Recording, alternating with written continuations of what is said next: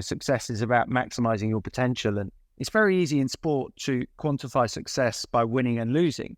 And tennis is an interesting sport because you, irrespective of how good you are, if you're number one in the world, you still lose a lot. There's still only one winner in the Grand Slams, men's and women's. There are 254 losers. There's only two winners. And so when you then take that question to another sport, so how do you quantify success in football? Is it representing your country or is it winning the World Cup? And likewise, if you go into other professions and you say, well, if you were the fourth best lawyer in the world or you were the fourth best banker in the world, you'd be doing all right.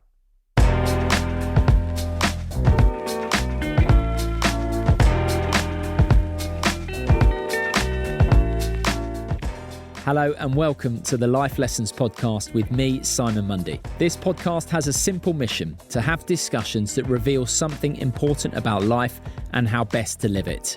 My guests range from the biggest sporting names on the planet through to neuroscientists, philosophers, psychologists, and world-renowned thinkers.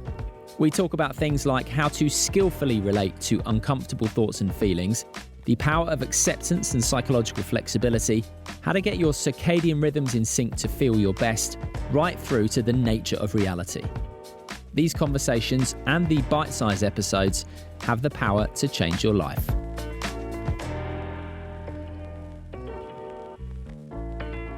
What does success actually mean? One narrative that's often trotted out is that it's all about winning, but isn't that a bit simplistic? Here to help me tackle this one is Tim Henman, a man so popular at Wimbledon that he had a hill named after him. Of course, the championships get underway this week, and I'll be there working alongside Tim, which is why I wanted to revisit this conversation. Now, Tim reached the semi-finals at the Wimbledon Championships on 4 occasions, and he was ranked as high as 4th in the world, despite not having been tipped for great things as a junior tennis player. And yet, there are still those who think Henman failed on account of the fact that he didn't go on and win Wimbledon. But that is an example of this sort of arbitrary, even lazy, black and white thinking that can trap people, and so I want to challenge it. It's always a pleasure chatting to Tim, and I hope you enjoy our conversation. Tim Henman, how are you? I'm very good, thanks, Simon. How are you? I'm good, thank you, Tim. I'm thrilled to have you on the podcast. As you know, tennis is very much my favourite sport, so I'm going to have to rein in some of my geekier urges. Don't do that. I'll have to, otherwise we'll be here all day. But we will talk about some of the highlights of your career, as well as extract some of the lessons that you've learned and that others can take from things like your attitude and your outlook, and the way you've reflected back on your career and what you achieved. And I do think it is it's fertile ground for broader life lessons. Wouldn't you agree? Yes, I think when when I reflect all the way back to probably when I first picked up a racket, and I probably don't remember much of that. I was only 2.5 or 3. At those early stages, that's where your dreams are first dreamt, if that makes sense. And then for my mum to take me to Wimbledon the first time when I was 6 and see beyond ball play, that was, as I've said before, that was when I made my one and only career decision that I wanted to be a professional tennis player. And there's no doubt that it's it's a long journey. There's a journey of many highs and many lows. I've never said I've had a real job. And I think when you can have a hobby that you're so passionate about it makes you feel very fortunate. I'd agree with that, Tim. You haven't had a proper job, but I'd also say we're all the richer for it. Now, you were born into something of a tennis dynasty, into a good tennis stock. I know your mother played tennis to a high level. I know she played at Wimbledon. And then, of course, there's the legend of your great-grandmother, the first woman to serve overarm at the championships. I believe your great-grandfather or grandfather played at Wimbledon too. So, yeah, you do come from good tennis stock, don't you? Yes, I mean, my mum played in the national championships that used to be at Wimbledon. My grandparents both played at Wimbledon, and my great-grandmother, as you mentioned, played at Wimbledon as well. So there's no doubt that's an interesting story. It certainly wasn't the reason why I played the game. I got two older brothers that played a lot of sport growing up. My dad has always been very keen on lots of different sports, participated a lot. So growing up, with two older brothers, we lived in a village with a garden.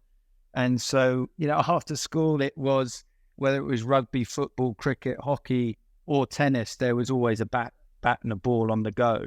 But I played all of them, but I played tennis because I loved it the most. And I was probably, that was the sport that I was best at. So yes, there is a sort of tennis history there, but it never really influenced me. I wouldn't necessarily say I was so aware of it at a young age. No.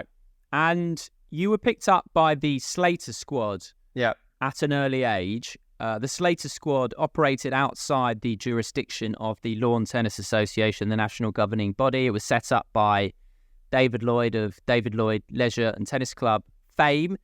And I know you were a late bloomer and were small compared to a lot of your peers growing up as a teenager. Yeah. And I also know that one of the top coaches at the Slater squad, as well as David too, in fact, recognised that one of your greatest strengths was between your ears, was your attitude.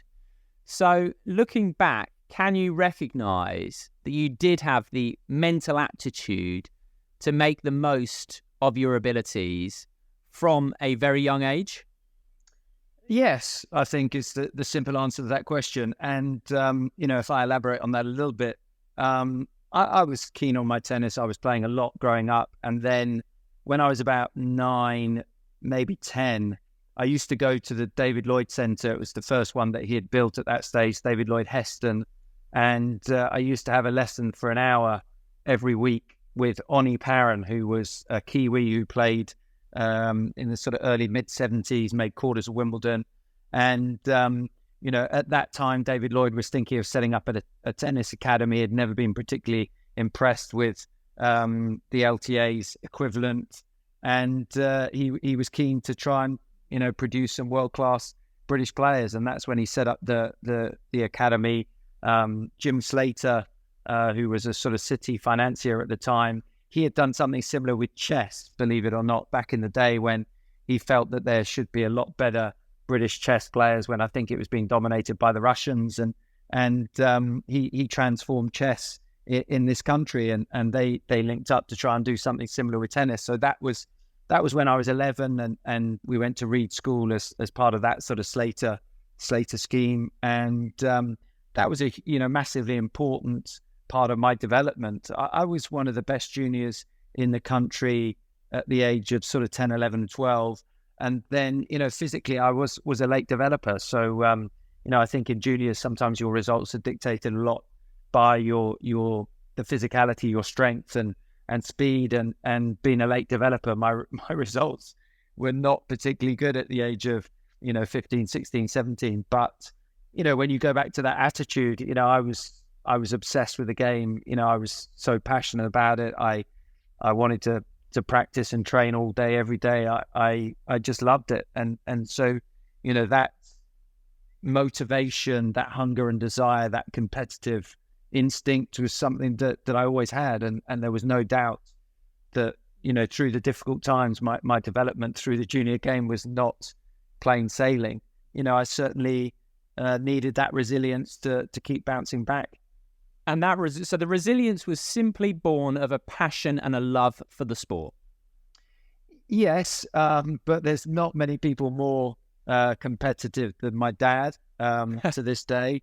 And so, it's a combination of obviously the way I thought and approached things, but also, there must be something genetic in there that, my dad was a good sportsman and was highly competitive. I was the youngest of 3 boys, and I had to fight pretty hard to keep up.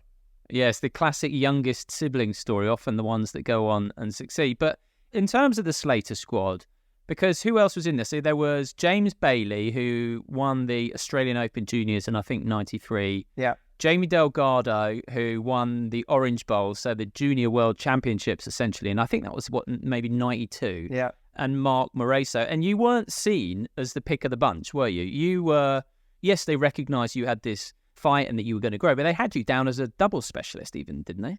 Not exactly, but no, you're right. There was James Davidson as well, who's now been working on the tour as a coach, who was part of the scheme. No, I don't think I was, certainly not the best. And there were, talent comes in many different forms, and I think there, in terms of the sort of natural gift of the game, Mark Moresso was probably the best of the bunch at that stage. But I think that's one of the challenges of tennis to this day, is that there are three attributes. There's technical, physical, and mental, and you cannot be devoid of any of those. And they develop at different speeds. And so, I had a great attitude. My game was coming along. I was improving all the time, but physically, I was probably held back against bigger or stronger juniors at that time. When you were with the Slater squad, if someone had said to you, okay, what are your goals? What do you want to go on and achieve? What do you expect to be able to go on and achieve as a senior player? What would you have said? If someone had asked you that at, say, 15, 16? I think at that time, and this is I think an interesting part of my journey. I think at the age of 18, 19, when I'd come out of the junior game, I was starting to play the bottom rung of professional tennis. It was satellites back in the day.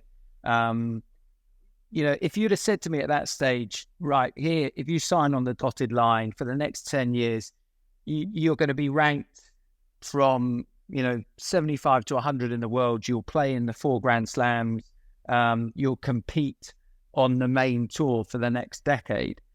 I would have bitten both arms off and signed immediately.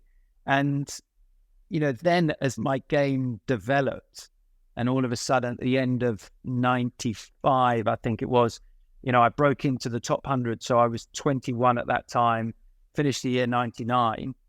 Then you think, wow, things are really progressing. And, what's the next goal? Is it top 75, top 50? And then, as that year progressed, I had even better results. I think I finished 29 in the world. I'm slightly guessing. And then all of a sudden, you broke into the top 50 and, you're close to the top 30. And then you think, well, could I get to the top 20?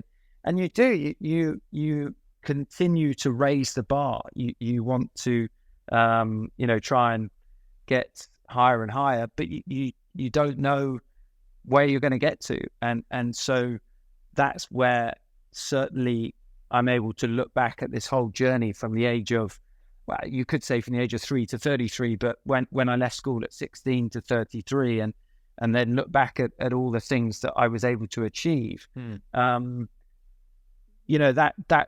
how you quantify success. Success is about maximizing your potential. And totally. And, I look back and was able to reach 4 in the world and 6 slam semis. I won 11 times on the tour and won Olympic silver.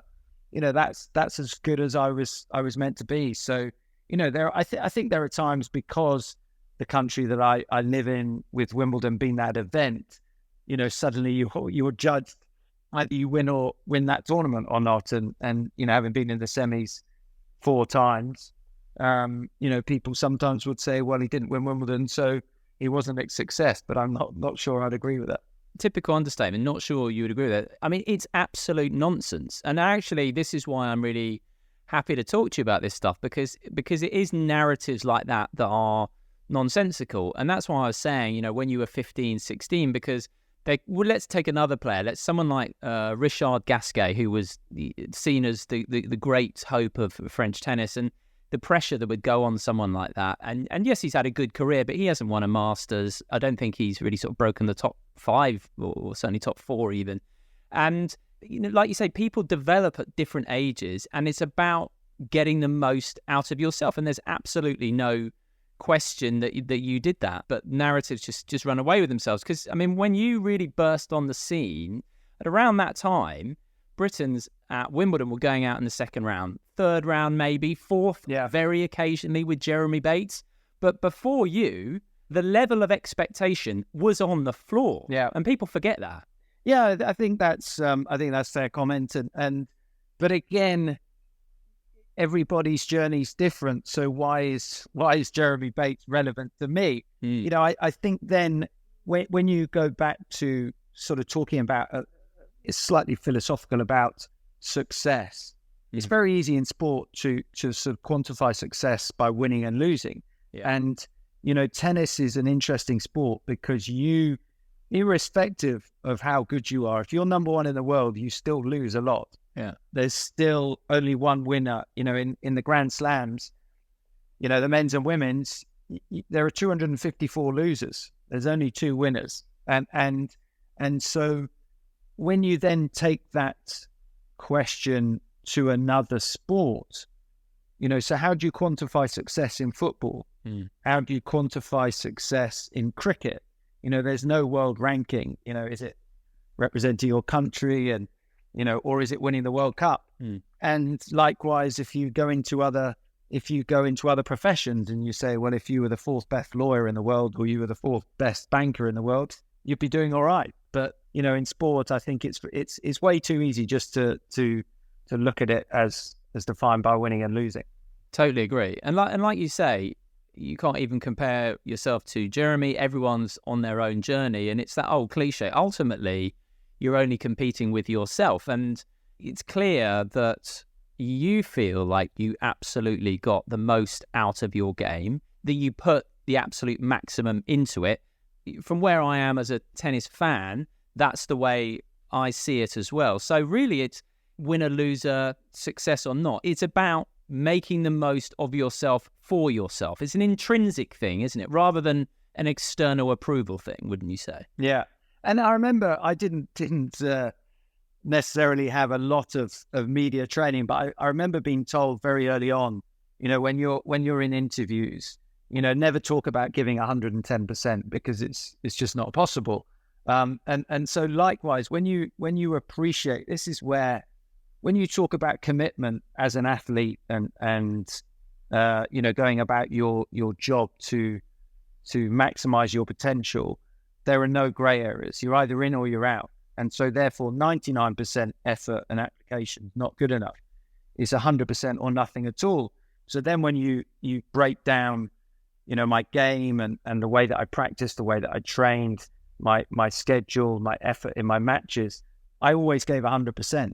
And so that's where, when you add it all together, these pieces of the puzzle, and when you try your best, you can't do more than that. That's why, when people talk about players in lots of sports, you hear people talking about overachieving. Well, overachieving is not possible, because that's to do with your potential. If your potential is 100% and you give 100%, then you'll be successful. You can't say, well, give 110%. It's not possible. So therefore, in my mind, you can't overachieve, but you can certainly underachieve. Yeah. And that, I find that interesting around where sort of people set goals. So if you had set a goal, let's say, as a 15 or 16-year-old of, I want to be in the top 100, to some degree, you would have been potentially limiting yourself. So it's about really exploring what your potential is. Exactly. It's about exploring that. I think that the top 100 narrative is about playing the main tour. If you're top 100, you're going to be getting into the Grand Slams.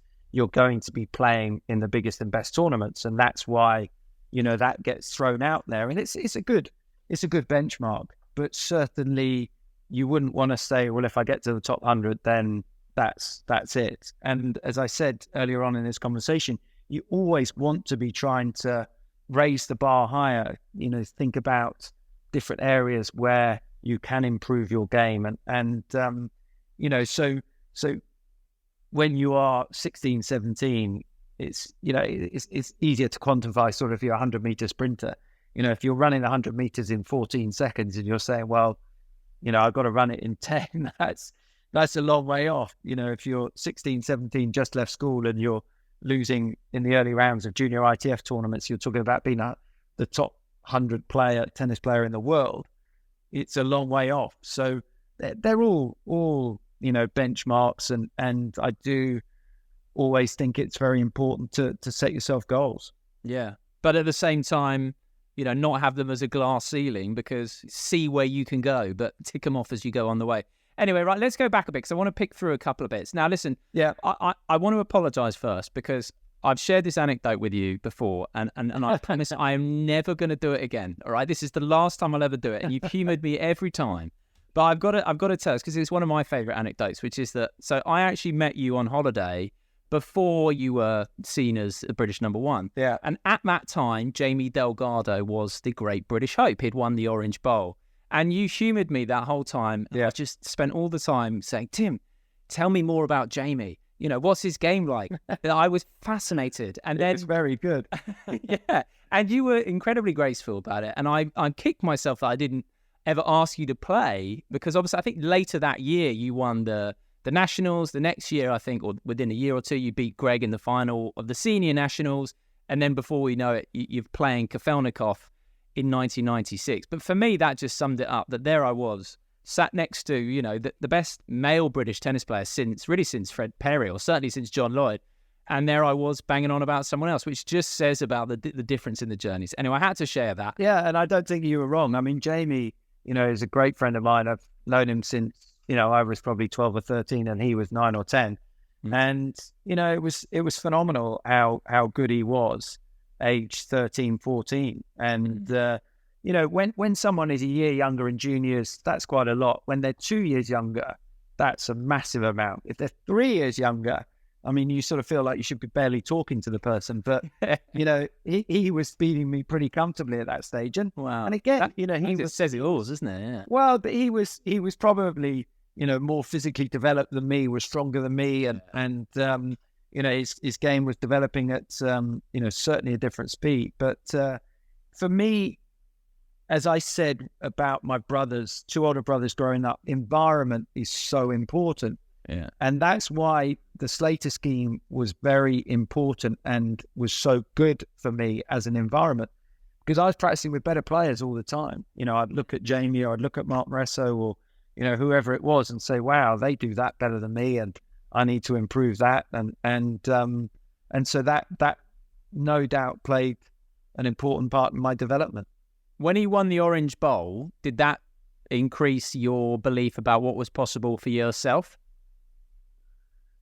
No, I don't think it did. I mean, it just wasn't. I'd never played in the Orange Bowl. I wasn't probably good enough to get into the tournament. I did play, again, the sort of perspective. I played Orange Bowl once in my last year of juniors when I was 17, turning 18. And I lost. It was played on green clay in Miami, and I lost 6-1, 6-2 first round. And likewise, you know, in 1992, I played the junior event at Wimbledon for the first time, and I lost, ironically, 6-2, 6-1 first round.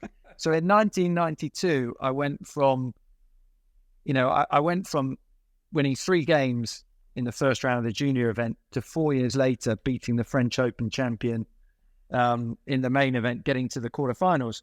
And that, again, emphasizes how everybody's journey is different, but also your improvement sort of graph goes in different gradients. And so, you know, mine had bottomed out a bit, sort of 16, 17, and then suddenly, you know, 18, 19, as I got stronger and, you know, the physicality, my speed and my strength suddenly transformed my game.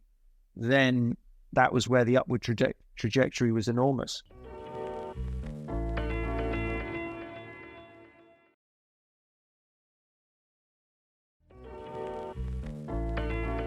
Before we talk 96, quick one. There is a great lesson in 95. Obviously, You've got that fantastic record of being the first person disqualified from Wimbledon for smacking a ball, unintentionally hitting a ball goal in the face. But the way you dealt with it was fantastic. And this, I think, is a real lesson in responsibility. So obviously, you and Jeremy Bates were defaulted. No one was happy about that. The umpire, no one was. No one wanted it, but it was just it was unavoidable. And then the next day, up you rock. Big gleaming smile, bunch of flowers for the ball girl. So you completely took responsibility and really sort of won people back over. Did that experience teach you anything? Did you learn anything from that? Did that help you at all in any way? Yeah, no doubt. 2 things. The first thing was, I remember I was sharing a flat with Andrew Richardson, who was best man at our wedding, who, you know, was same age as me. I grew up playing tennis with him from the age of 11. And we were sharing a flat in Wimbledon Village, and the next morning after I got disqualified, he went out and bought all the newspapers, mainly the tabloids. And I remember the back page of the Sun, because we were playing Jeff Tarango, which is kind of ironic. You got disqualified that. He then walked off court 2 days later. The back page of the Sun, the headline was, "He hit it so hard it could have killed her," which even by the tabloids standard, that was a pretty severe exaggeration. But I remember reading that thinking, wow, that is just so much garbage. I will never read a newspaper again while I was playing. And I could count on, probably two hands how many times I read the papers for the rest of my career. And the other thing was, having been disqualified, being the first player, a British player, to be disqualified in 125 years at Wimbledon, I remember sort of saying to myself, wow, I'm going to have some fairly decent results to make sure that people don't remember this. And so there was a little bit of a motivating factor there. That's amazing to really recognize early the hyperbole of particularly the tabloids and not getting swept away by people's judgments. And I'll tell you one other thing that again was, I didn't know it at the time, but was evident throughout my whole career. I had great people around me, and that's first and foremost, was my parents, my coach, my agents, IMG, who still look after me to this day.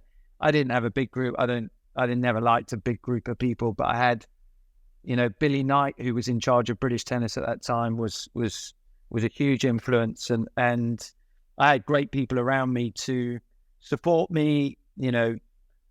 I'll say keep my feet on the ground, but I don't think they needed to do that really. But in the difficult times, to support you and encourage you, and in the good times to keep you working hard. So that was definitely important when I got disqualified. Yeah. And that's about getting advice and counsel from the people that count, and disregarding the noise that you hear that isn't so necessary. And I think Alex Ferguson spoke about that. I watched him in a documentary, and he spoke about the key thing is understanding which voices are important and which aren't. And that comes back to that control and what you can control and what you can't. Yeah, there's no doubt that is important.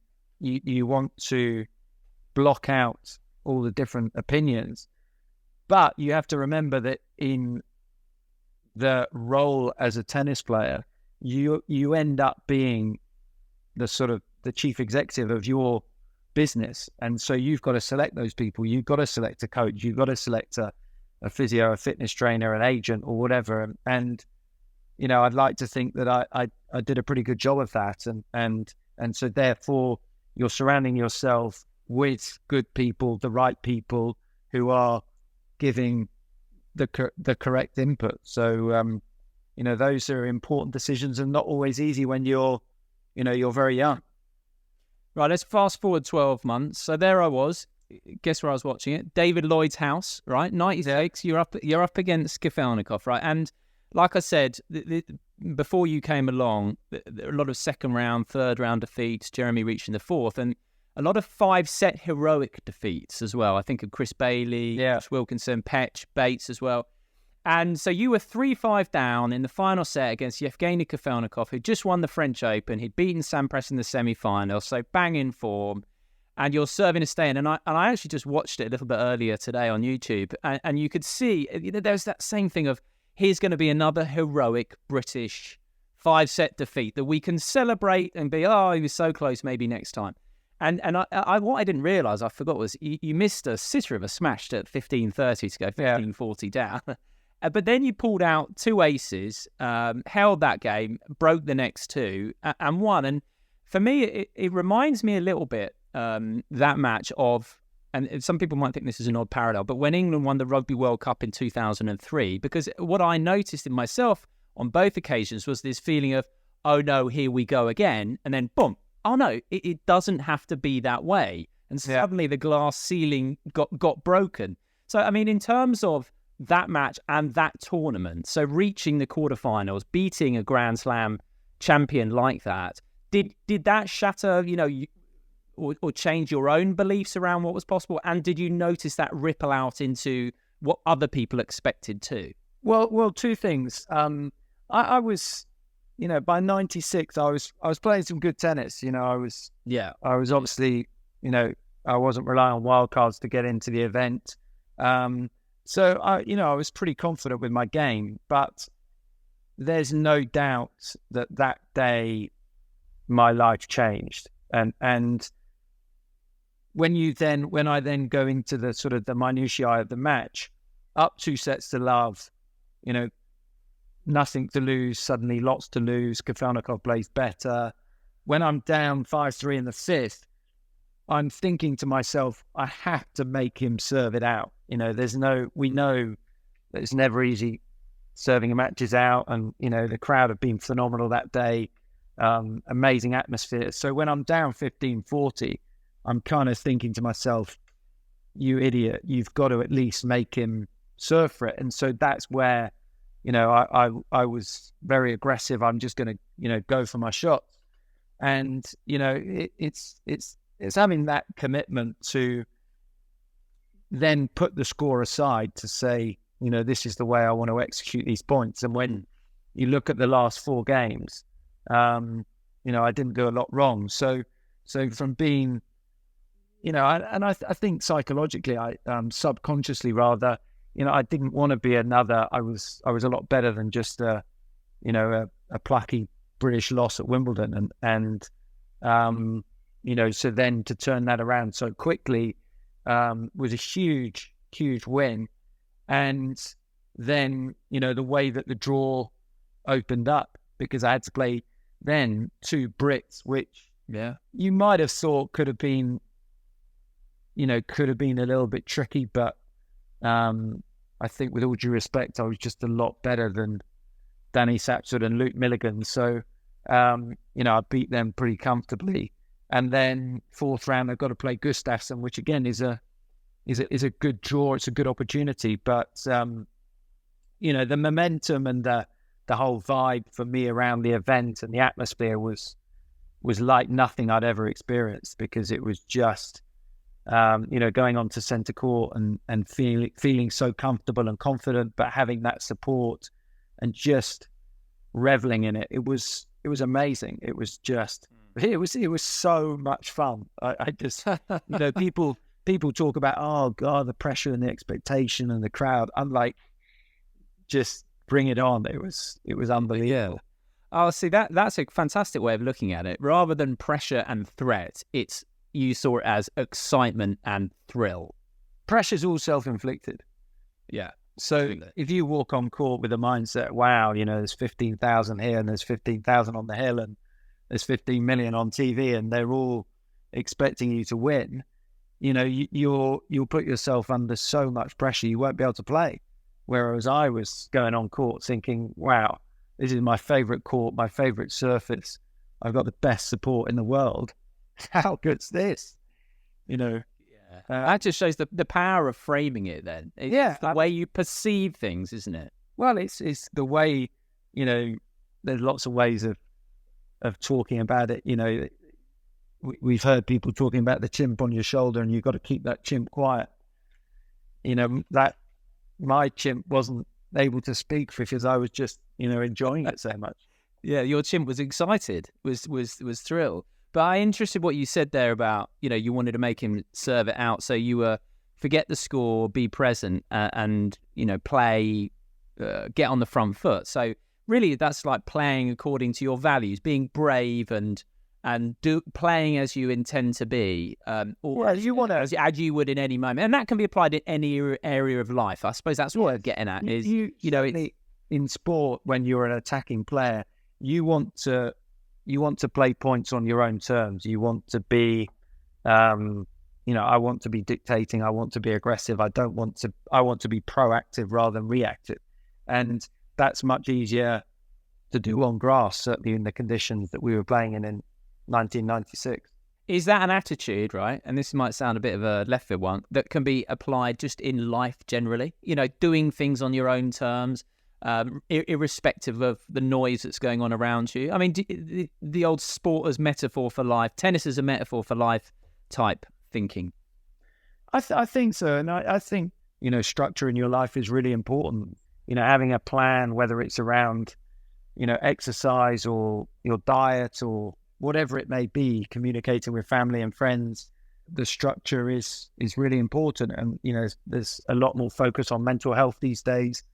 I think that's all interconnected. So, when you get back to the way you want to perform on a tennis court, it's dictated, by your mind. So the way it can be influenced by the way your opponent plays as well, but you've got to set out with a strategy and try and make it happen. And take responsibility for it and not be, know what you can control and know what you can't. And for example, you couldn't control the pages of the papers. You couldn't control what people were saying about the fact, when you lost semi-finals or whatever. It's focus on the opinions that matter, what you can control, the work you can put in, and those kind of things.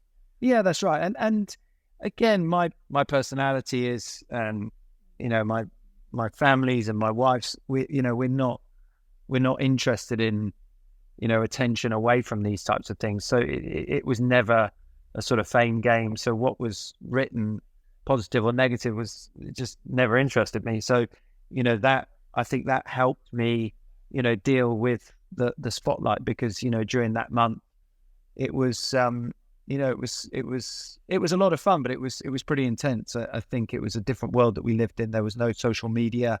So it was, the written press, it was TV and radio, and that, Wimbledon was a big story. Yeah, it really was. Absolutely. I can still picture the back page of the 2001. I think it had you with a tiger's face on it.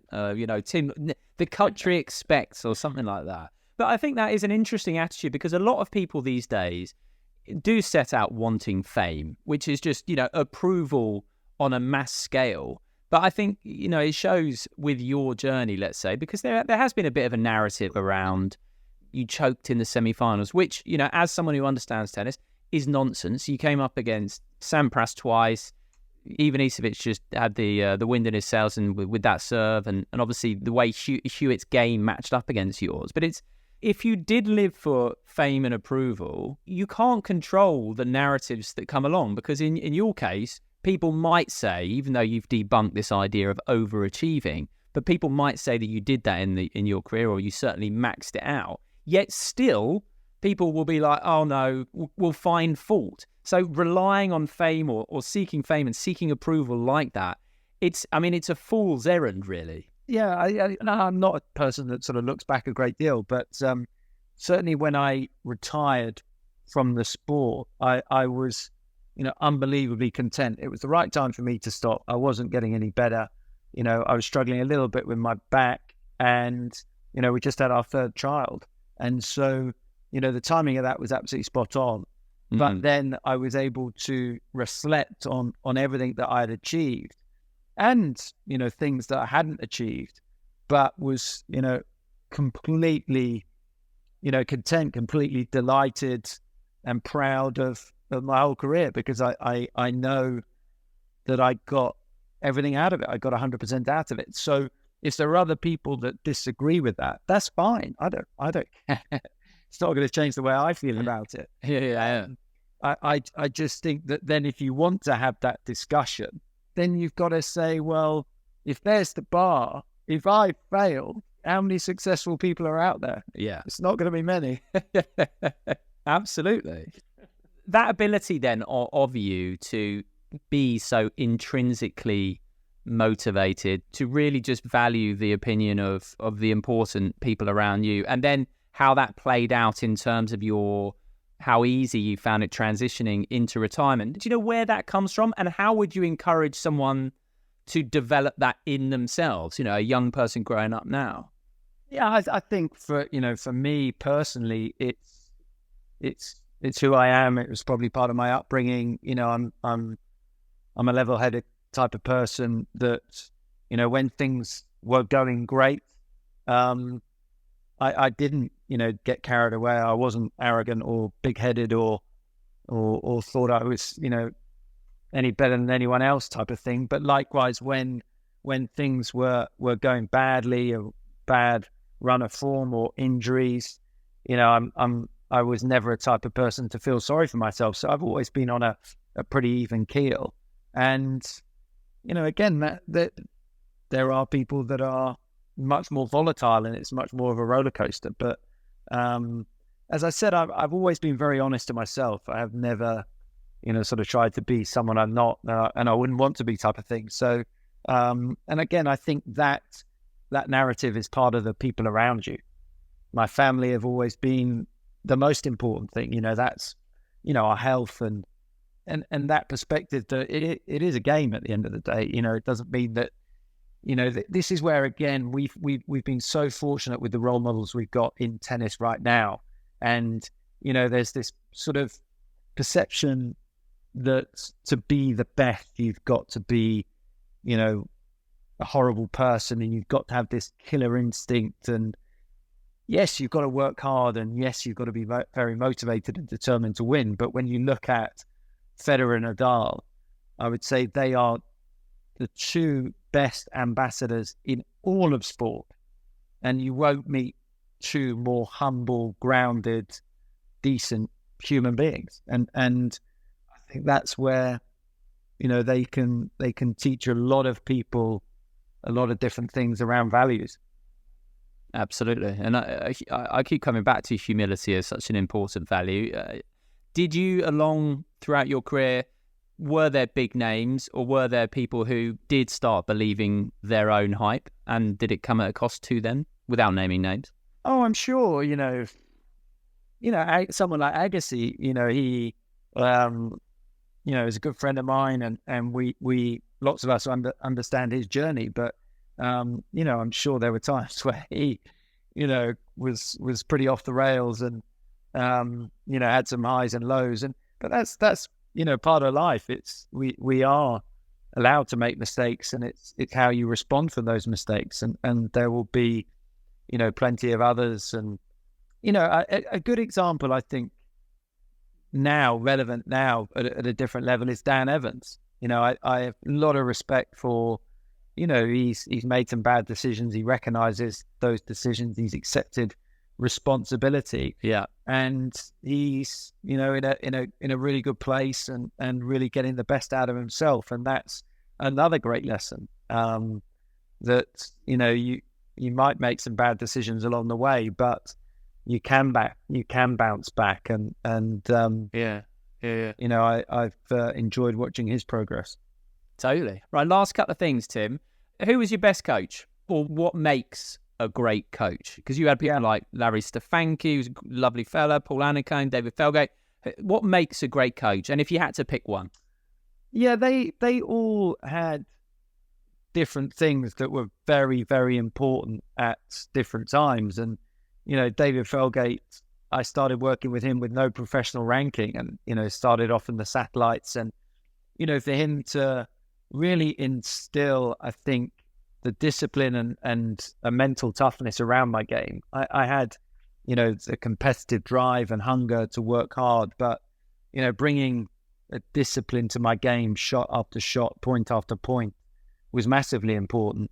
I think Larry Stefanki really made me understand my strengths more, my athletic ability, my net game, how I could impose myself more, put more pressure on my opponents, and really play on my own terms. And, I think with Paul Annacone, with his experience and knowledge, helping to really piece that all together, which, probably, was a reflection of how well I played in 2004. So, to answer your question more directly, I would say Paul Annacone was the best coach I ever worked with. Nice. Right. And then, but that's certainly no disrespect to the other two. No. And I mean, all of their CVs are great, but Paul's is quite something. And then we've talked about personal journeys, and everyone sort of goes on different trajectories, progresses at different speeds. So, you don't want to write yourself off at any point. But equally, I think that people do raise the bar in a way to help other people. You sowed the seed, I think, for the success that came later with Andy. You did raise that bar, that expectation, in such a way that enabled Andy to go on. Now, I'm not saying you take responsibility for his win, but that was a factor in his ability to go on and reach the very top, wasn't it?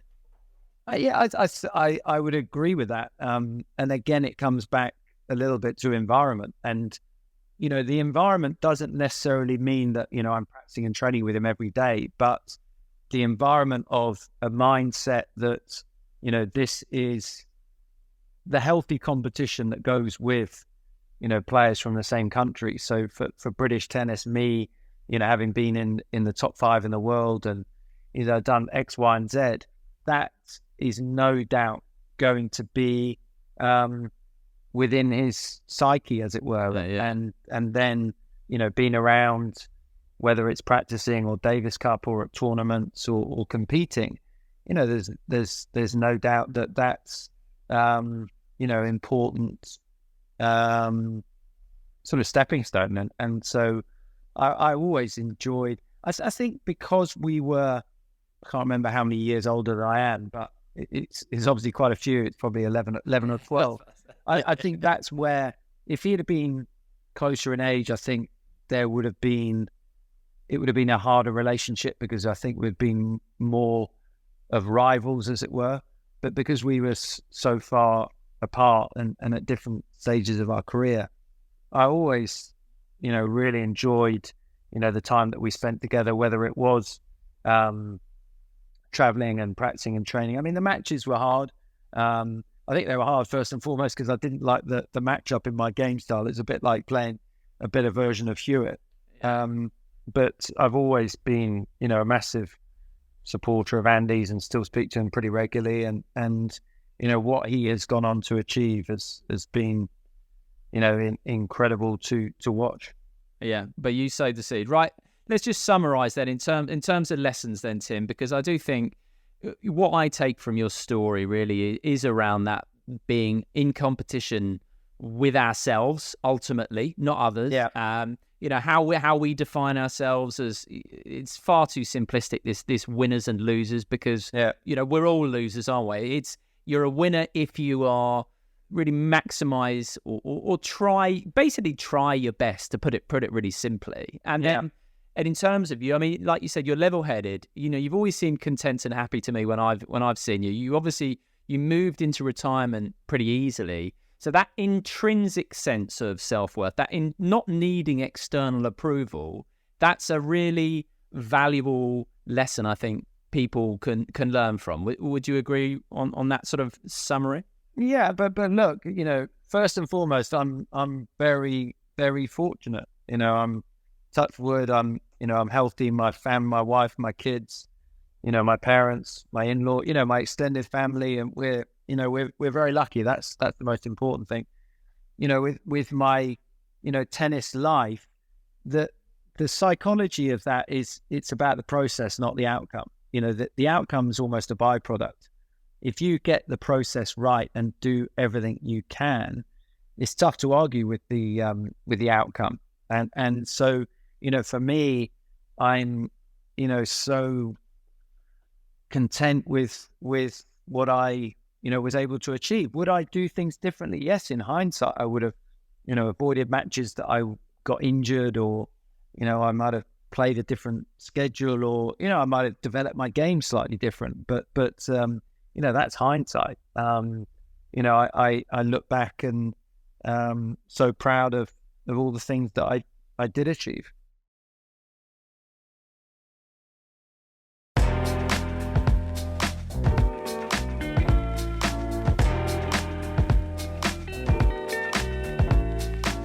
Thank you for listening to this episode of the Life Lessons podcast. If you want to get in touch, please drop me a line via my website, simonmundie.com, or on social media @SimonMundie.